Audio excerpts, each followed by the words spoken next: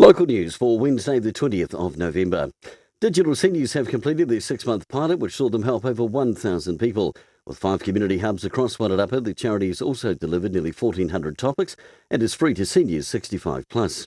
The New Zealand French Film Festival will return to Wairarapa in March next year. The event is a collaboration of the New Zealand Alliance Francois Network and the Embassy of France, New Zealand. With the upcoming festival set to be bigger and stronger, it will hit Martinborough from the 12th of March.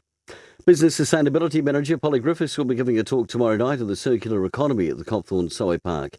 The model is based on 3 core principles: designing out waste and pollution, keeping products and material in use, and regenerating natural systems, with the talk set down for 7 o'clock tomorrow night, and it's a koha entry. And in sport, Night 2 of Wairarapa Touch Rugby has seen an increase in teams, with 26 set to take the field tonight. Held at the Master Red Star grounds on Colombo Road, the first games kick off at 6 p.m. For Wairarapa Local News and Sport, kia ora, I'm Brent Gare.